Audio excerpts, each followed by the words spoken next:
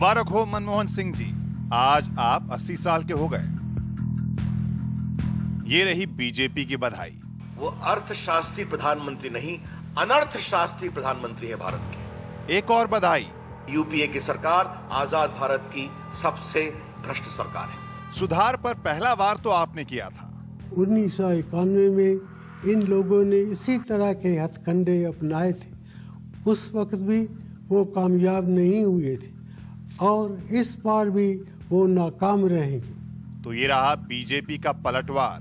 91 के भारत की याद दिला रहे हैं। उसी निराशा के माहौल में बीजेपी और एनडीए की सरकारें अच्छा काम कर रही हैं। गुजरात का ग्रोथ रेट 11%, मध्य प्रदेश का ग्रोथ रेट 11%, बिहार का ग्रोथ रेट 11+%।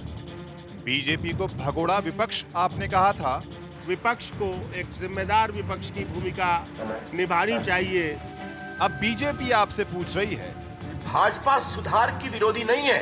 यशवंत सिन्हा संसद की वित्तीय समिति के अध्यक्ष हैं।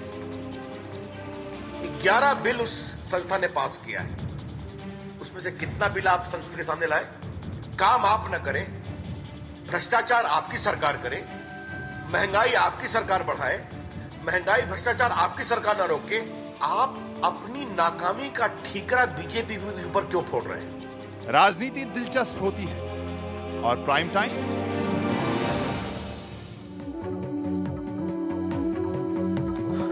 नमस्कार, मैं रविश कुमार। कांग्रेस अगर डूबता जहाज है तो क्या बीजेपी का जहाज कहीं नजर आ रहा है? फरीदाबाद में बीजेपी की राष्ट्रीय कार्यकारिणी की बैठक में बीजेपी ने खुद को दावेदार के रूप में पेश कर दिया। आज रविशंकर प्रसाद के बयान को ठीक से देखें तो सुधारों पर कांग्रेस को जवाब देने के अलावा इसका भी भाव था। लेकिन क्या बीजेपी वाजपेयी सरकार को बेंचमार्क बताकर खुद को विकल्प के रूप में आज पेश कर सकती है? चुनावी राजनीति में 2004 में जो सरकार खारिज हो चुकी थी, इंडिया शाइनिंग का अभियान पिट चुका था, क्या बीजेपी अब उसे बेंचमार्क बताकर किसी स्वर्ण काल की रचना तो नहीं कर रही? जितना सख्त सवाल बीजेपी कांग्रेस से करती है, उतना ही तीखा सवाल बीजेपी से भी होना ही चाहिए कि आप कैसे और किस तरह से इस व्यवस्था से अलग विकल्प होने का दावा कर रहे हैं। क्या सिर्फ इसी आधार पर तो नहीं कि कांग्रेस की विकल्प बीजेपी है और बीजेपी की विकल्प कांग्रेस? रविशंकर प्रसाद ने कहा कि हमने वाजपेयी जी के समय विकास किया, भारत की छवि बेहतर की, परस्पर सहयोग का वातावरण बनाया और आज बीजेपी के अध्यक्ष ने एक नया मंत्र दे दिया जो उनके अनुसार अंग्रेजी में ही पढ़ देता हूं क्योंकि रविशंकर प्रसाद ने अंग्रेजी में इस टर्म का जिक्र किया है। तो ये मंत्र है द मंत्र of economics with involvement of environment, ecology and ethics. घबराइए नहीं, इसका हिंदी में भी कुछ मतलब होगा, हम बताएंगे। बीजेपी ने अभी वैचारिक स्तर पर विकल्प के रूप में खुद को पेश करना शुरू किया है। नेतृत्व कौन करेगा, यह सवाल फरीदाबाद के बस की बात है या नहीं, देखेंगे। लेकिन कांग्रेस और बीजेपी के बीच मार मची है घोटालों और सुधारों को लेकर। कांग्रेस खुदरा व्यापार में विदेशी निवेश के सवाल पर बीजेपी को प्रगति विरोधी, बाजार विरोधी पेश करना चाहती है। बीजेपी का जवाब है कि हाँ, विरोध करते हैं मगर सुधार के विरोधी नहीं है। बीजेपी ने कहा कि 1991 के जैसे निराशाजनक माहौल में हमारे कारण नहीं है, कांग्रेस के कारण है। इस निराशा के माहौल में भी एनडीए के राज्यों की सरकारों का ग्रोथ रेट हिंदुस्तान के ग्रोथ रेट से दुगना है। गुजरात, मध्य प्रदेश, बिहार 11% पर चल रहे हैं आजकल। यशवंत सिन्हा की कमेटी का भी जिक्र हुआ जिन्होंने 11 बिल पास किए, लेकिन सरकार ने उन पर समय पर फैसला नहीं लिया। सरकार खुद अपनी कमजोरी के कारण फैसले नहीं लेती है मगर बीजेपी पर इल्जाम लगाती है। कांग्रेस की सरकार अपने कर्मों से गिर रही है, बीजेपी का काम उसे बचाना नहीं है। क्या खुदरा व्यापार में विदेशी निवेश का विरोध करने से बीजेपी पुरातन पार्टी हो जाती है? क्या नीतीश कुमार की सरकार पुरातन हो जाती है? क्या ममता पुरातन हो जाती हैं? क्या डीएमके, मुलायम सब पुरातन हो जाते हैं? आर्थिक सुधारों की नीति पर एक कांग्रेस ही सनातन मालूम पड़ती है। लेकिन क्या आपको सुधारों को लेकर बीजेपी और कांग्रेस दोनों की नीतियों में स्पष्टता मिली? क्या आपको कांग्रेस का विकल्प बताने वाली बीजेपी की बातों में साफ साफ जवाब मिला? क्या कांग्रेस के लिए सुधार नया राजनीतिक हथियार है? क्या बीजेपी के लिए सुधार की राजनीति एक बड़ा मौका है जिसे वो खो दे रही है? प्राइम टाइम में आज हम बात करेंगे। शाहनवाज हुसैन साहब हैं, भारतीय जनता पार्टी के प्रवक्ता।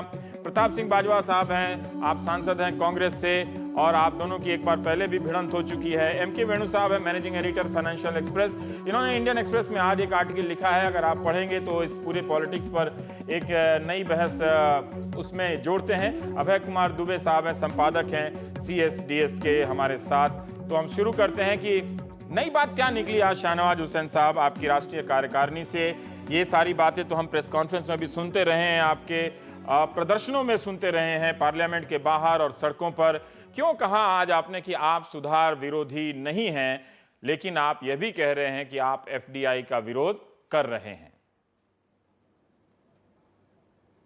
देखिए, हम हंसे तो बगावत, हम रोएं तो बगावत।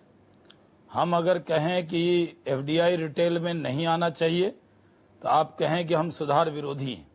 अगर हम कहें कि हम सुधार के पक्ष में हैं तो आप ये सवाल खड़ा करें कि हमने आखिर ऐसा बयान देने की ज़रूरत क्यों पड़ी।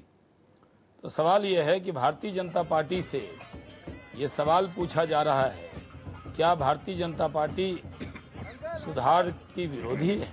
नहीं, भारतीय जनता पार्टी सुधारों की विरोधी नहीं है।